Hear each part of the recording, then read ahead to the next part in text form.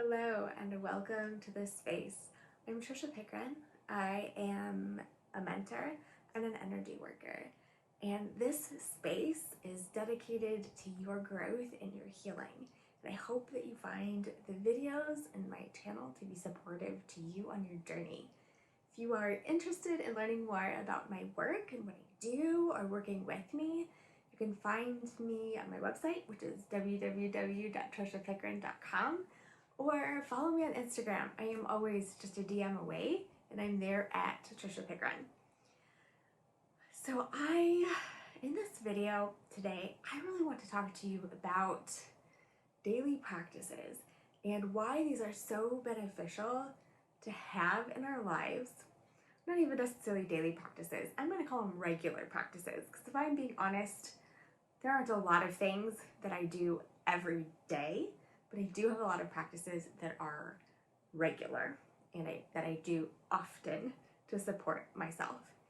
And I specifically want to talk about part of my journey today and to invite you into that a little bit to illustrate my point for why practices can be so supportive to us, especially in those really challenging times.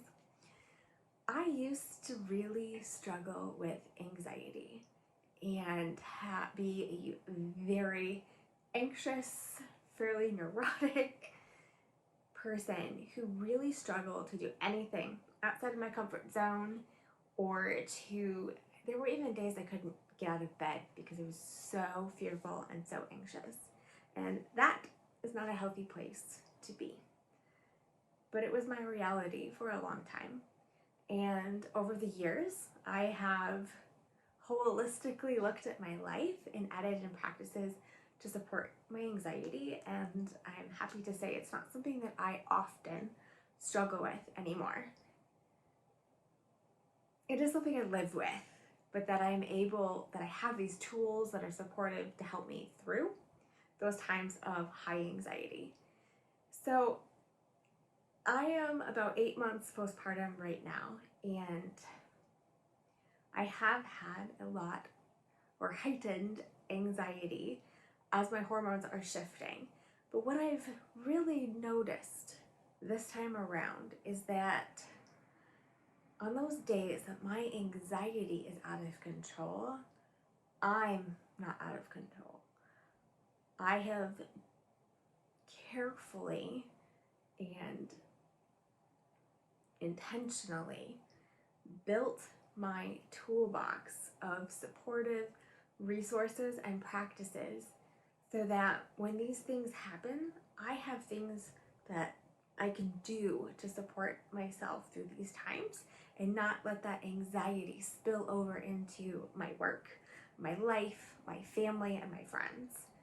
And I'm not going to get into what those practices are in this video because the truth is they're really different for all of us. And what we all need is just different. And what works for me may not work for you. So maybe at some point in the future, I will talk about what's worked for me if there's interest. But I really want to focus on the importance of finding the things that are supportive to you and diligently sticking with them when things are good. Because I don't know about you, but when I try to do new things, when my anxiety is heightened, or if I'm feeling low or depressed, or life is really chaotic, it adds to the anxiety or it adds to the chaos. But if we're diligent in doing these things when things are not quite as crazy or we're not highly anxious, then we're able to continue doing them during those times because they are part of our life. They are in our rhythm. They are the things that feel natural and easy to do because we've been doing them. So they're easier, not always easy, but they're easier to continue doing in those times that are really challenging. And I just want to encourage you that if it feels like you have to start and stop and it's a struggle to implement supportive practices into your life, I really want to encourage you to keep going. That it's okay if you slip for a week or two or a month and then come back to that practice and edit back in. Consistency is key, and coming back to it, continuing to practice or continuing to find those things that are supportive to you is what's really important and is what is going to be the most beneficial to you in those really challenging times, so that you, even if everything else feels like it's out of control, you won't be, because you will know what to do, because you've been practicing it all along. And I'm sure you're looking at me like, well, Tricia, I'm really anxious right now, or I'm really depressed, and I don't have these practices. So does that mean that there's nothing that I can do? And of course not.